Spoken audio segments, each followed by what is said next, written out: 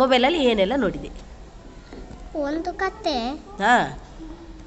ಒಂದು China. China? ಯಾವ ಚೈನದು? ಅದು ಈಗ ತಿಂತಾರಲ್ಲ ಚೈನಾದವರ ಅದು. ಹಾಂ. ಚೈನಾದವರು ಏನೆಲ್ಲ ತಿಂತಾರೆ?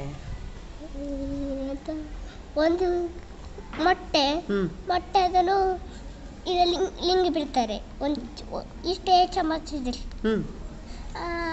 ಅವರೆಲ್ಲ ಹಾಕೊಂಡಿರ್ತಾರೆ ತುಂಬ. ಅದು ಮತ್ತೆ ಕತೆ, ಅಜ್ಜಿ ಮತ್ತೆ ಕಾಗೆ. ಅಜ್ಜಿ ಒಬ್ಬ ಬಡವಿರ್ತಾರೆ, ಅಜ್ಜಿ ಅವಾಗ ಸತ್ತೋಗ್ತಾರೆ. ಅಜ್ಜಿ ಸತ್ತೋಗುವಾಗ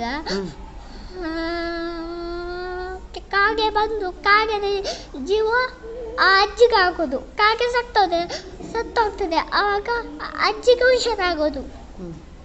ಅದು ಎರಡು ಮಾತ್ರ. ಮತ್ತೆ ಅಮ್ಮನ ನೋಡ್ಲಿಕ್ಕೆ ಬಂದಿದ್ದರು.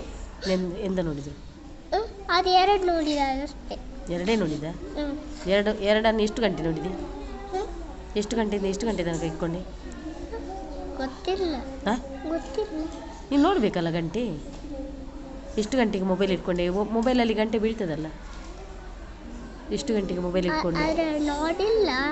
ಆದ್ರೆ ಅಮ್ಮ ಮೊಬೈಲ್ ಇಟ್ಕೊಂಡಿದ್ರು. ನಾನೀಗ ಅಮ್ಮ ನಾನು 2 ಜನ ನೋಡುದು.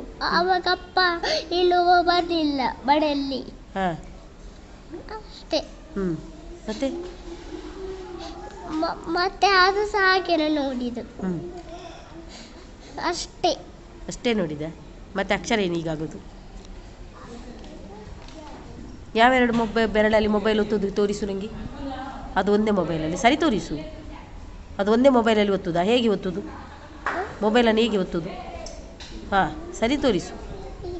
ಹಾಂ, ಮತ್ತೆ ಆ ಒಂದು ಬೆರಳಲ್ಲಿ ಒತ್ತಿದ್ರೆ ಎಲ್ಲ ಬರ್ತದಾ?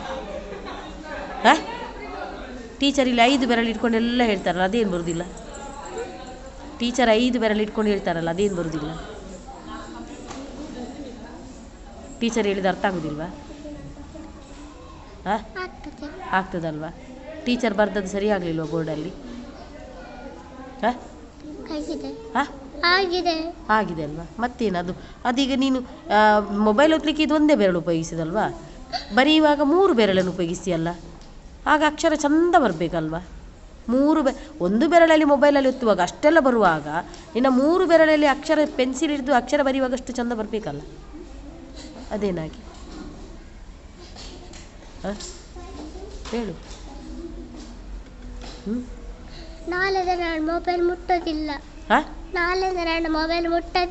ನಾಳೆ ಅಂತೇಳಿ ನಾಳೆ ಒಂಚೂರು ಮುಟ್ಟುವ, ನಾಡಿನಿಂದ ಮುಟ್ಟೋದಿಲ್ಲ ಹೇಳ್ತೀಯಾ? ಇಲ್ಲ, ಸತ್ಯ. ಎಂತ ಮುಟ್ಟೋದಿಲ್ಲ? ಏನನ್ನು? ಮೊಬೈಲಾ? ನಾನು ಅಮ್ಮನ ಹತ್ರ ಹೇಳ್ತೀನಿ, ಅಮ್ಮನಿಗೆ ಮೊಬೈಲ್ ಕೊಡಬೇಡ ಅಂತ. ಆಯ್ತು, ನೋಡು ಜಾಣ, ನೋಡುವ ಇನ್ನು.